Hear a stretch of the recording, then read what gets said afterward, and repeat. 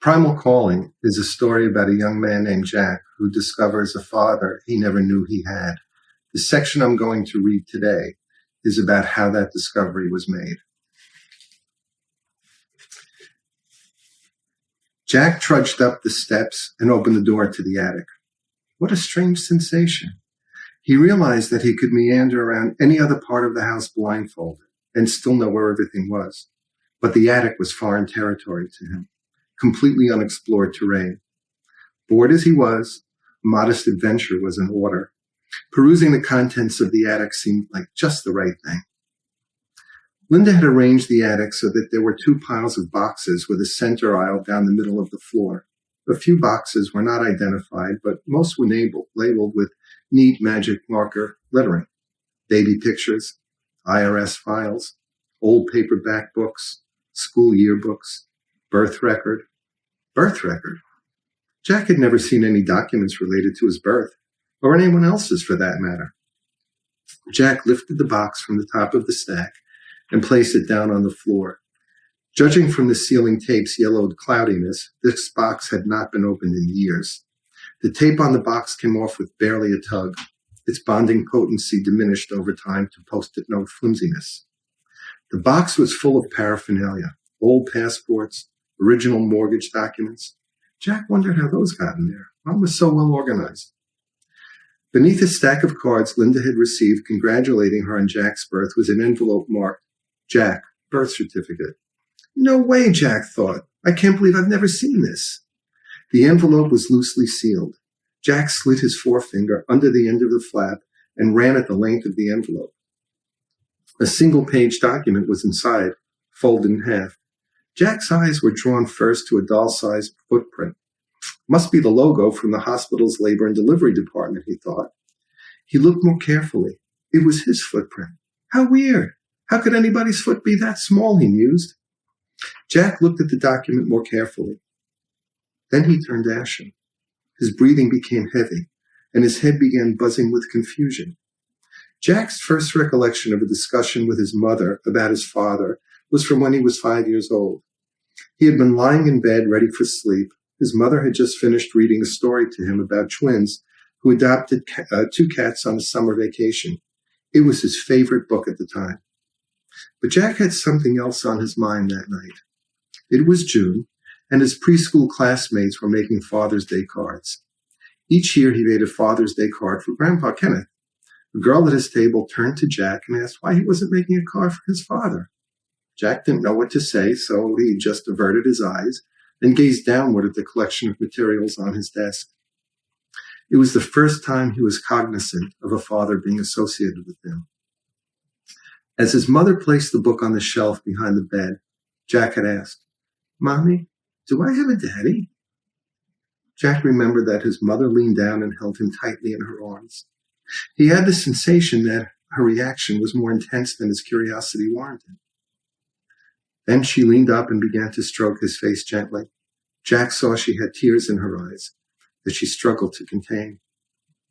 Jack, you are a very special little boy, Linda said. Mommy wanted a baby just like you very much. And your daddy is a special man. I don't know who he is, but the people who helped Mommy get pregnant told me that he was smart and handsome and very nice.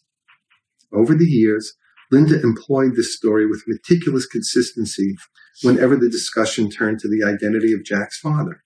As Jack got older, Linda embellished the story, sharing with Jack that she was artificially inseminated by an anonymous donor. She was eager to have a baby, she contended, and through research had identified superior clinics for artificial insemination. Linda reassured Jack that although it was not possible to meet the donor, not even his name could be disclosed to her. She was assured that his father was a very special man. It never occurred to him to question why she would pick that time in her life. She was entering her senior year of college, after all, to get pregnant. But now, as this one question may have been answered, Jack's entire life was thrown into a tailspin. On the birth certificate, above the line where it said father, was a man's name, Stuart Jacobson. Jack sank to the floor. He stared at the name on the birth certificate. A thick haze of nightmarish existentialism engulfed Jack, his very being sheared from itself, weakened, pulverized. He felt as though he had abruptly transformed into a stranger. He had no mental category in which to place his discovery. The wrenching emotionalism sparked by his find had no corresponding rationale to temper it, to make it bearable. Here, in the speck of time that it took to see the name on a piece of paper, in this second, this one volcanic juncture, the snap of a finger, the blink of an eye, Jack saw his life as organically altered. But from what to what? Nothing made sense now to Jack. He intuited only that the pillars of his life's history had, in a heartbeat, crumbled. His mother's partner in his creation was not anonymous, no longer someone about whom any fantasy could be constructed without challenge or judgment. Instead, in a flash, this person became a real human being. To Jack, his father had been amorphous, a concept without contour. In a perverse twist of fate, Jack had been the creator of his father. He could mold him into anything. His father's characteristics and qualities were pure invention. Jack's architecture. For years, he had been Jack's silent companion and mentor, malleable to fit whatever role suited the need of the moment. His father could be brave and confident and supportive when Jack lacked assurance or conviction. But strangely, Jack thought, he rarely got angry at his father. Actually, never. Little could be pinned on this man since he bore no responsibility for creating a specific person with a specific person. His anonymity made him impervious to fault, let alone blame. But none of this was true any longer. This lifelong mental construct was shattered in this one instant. Now, fate had taken yet another perverse twist. Jack was no longer the creator, but the created. Jack folded the birth certificate neatly back in half, handling the document ever so delicately, as if it were a sacred scroll. He placed it back in the envelope and carefully returned it to its place in the box. He draped the yellow tape over the box and returned the box to its place in the stack. Jack went into his bedroom, fell onto his bed, and lay there staring at the ceiling. Coherence escaped him. He bolted upright from the bed, ran into his mother's room across the hall, and called her office. He was furious with her and was convinced he would be unable to contain his rage as he demanded to know why she concealed his father's identity from him. Davies Physical Therapy, Ann speaking. Oh, hi, Ann, it's Jack. Is my mother there? Oh, Jack, your mom said you were sick. How are you feeling? Better, thanks. Hey, is she around? No, Jack, she had an emergency with a patient and had to run over to the hospital. I'm expecting her back any minute. You need anything? No, I'm fine. I was just checking in. I'll call her later. Jack returned to his room and lay back on his bed. He looked around, taking in the room's contents, as if he was seeing them for the first time. Above the head of his bed was a poster of 3 basketball players from the Portland Trail Blazers, the team he had employed to fill in the blank when, as a youngster, he was asked which his favorite was. Hanging the poster and taking it down were of equal irrelevance, so it stayed. It occurred to him that he probably couldn't remember which players were on the poster, even though he had slept directly under it for 9 years.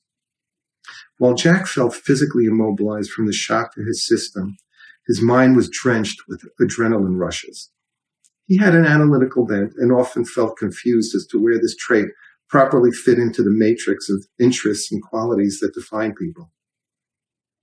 Over the years, kids would talk about the things they had, this game or that, displaying an enthusiasm for their possessions that baffled and eluded Jack. It wasn't that he didn't get pleasure from being given a toy or a game, but he could never quite comprehend the unrestrained enthusiasm experienced by other kids about material things. Over time, he became skilled at faking this thrill, this contrivance little more than a useful social entrance fee. Jack continued to survey the room. There was a certain fascination to seeing things for what felt like the first time, despite the fact they had been in his presence for years. Displayed on the wall to the left were 3 awards he had received. The largest was a plaque for a 4th place finish in last year's regional debate tournament. Next to it was a framed letter of appreciation from the local emergency rescue squad. As a volunteer 2 years ago, Jack had manned a phone bank during a severe flood and provided support to a heavily depleted dispatch staff.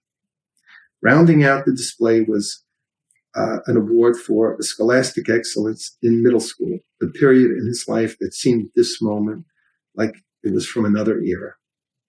Just below the awards was Jack's desk. A framed picture of Jack and his mother at a Halloween party from 3 years ago towered over the neat pile of school textbooks. The photo had been taken at a fundraising Halloween party for his school. Jack and his mother had gone dressed as a spoon and a fork. The picture had been in his visual field every day for 3 years, but it had disappeared into the background, becoming almost invisible. Resurfacing now in his awareness, the photo reminded Jack of how much time his mother had spent making those costumes. A shiver ran down his spine as it occurred to him that there was a missing utensil. Jack's head hit the pillow, and again he stared at the ceiling. He became overwhelmed by an explosive collision of truth and love, two forces he thought ought to go hand in hand. Jack adored his mother, and her devotion to him was complete and unconditional. He felt that love every moment. Their bond was the rock-solid core of his self-esteem and his place in the world. Jack was at once powerfully grateful for that bond, while he simultaneously took it for granted, compellingly diverse instincts that somehow fused into a single emotion. But now, what had been their bond had been pierced. Why had she lied to him? No, this was not a lie, he decided. This was worse. A lifetime of deception. Even worse, it was deception about who he was. How could this be? Explanations scampered through his mind, Jack hoping to embrace one as decidedly, no, he'll settle for barely, credible. Maybe there was no Stuart Jacobson. Maybe it was just a fabricated name, part of standard operating procedures at hospitals or fertility clinics. Maybe Stuart Jacobson was abominable, and his mother's sanity required that she erase his existence. Maybe Stuart Jacobson hurt his mother, and she wanted to prevent him from ever being involved in her life. Maybe his mother was waiting for the right moment to introduce the truth to Jack about his father. Maybe Stuart Jacobson made it clear he didn't want to have anything to do with the child and forbade his mother to disclose his existence to the child. Maybe. For years, this unknown father, this anonymous man, had been a hero. Now that he was a real person, each explanation devised by Jack assigned him the role of villain. Jack so loved his mother that he began to accept that whatever motive may have been behind her anonymous donor story, it could not have been intended to hurt Jack. But he also believed she may not be ready to share the truth with him, nor did she want to force her into it. He recognized her for what she was, a single parent, hugely devoted, working hard to build a life for herself and her son. Although Linda was successful professionally and a person of strong character, Jack was instinctively protective toward her. After all, she was parenting without a net. It did not feel right to put her on the spot. There would be other ways to look into this. The phone rang. The caller ID flashed. Davies, physical therapy. "Oh, hi, Mom," he answered, straining for an air of nonchalance. "Jack, how are you feeling?" "I'm fine. Fever's gone," he replied. "So what have you been doing?" "Oh, no, nothing, just catching up on some things." "Okay, Jack, but call me if you feel sick again. I'll try to get home a little early."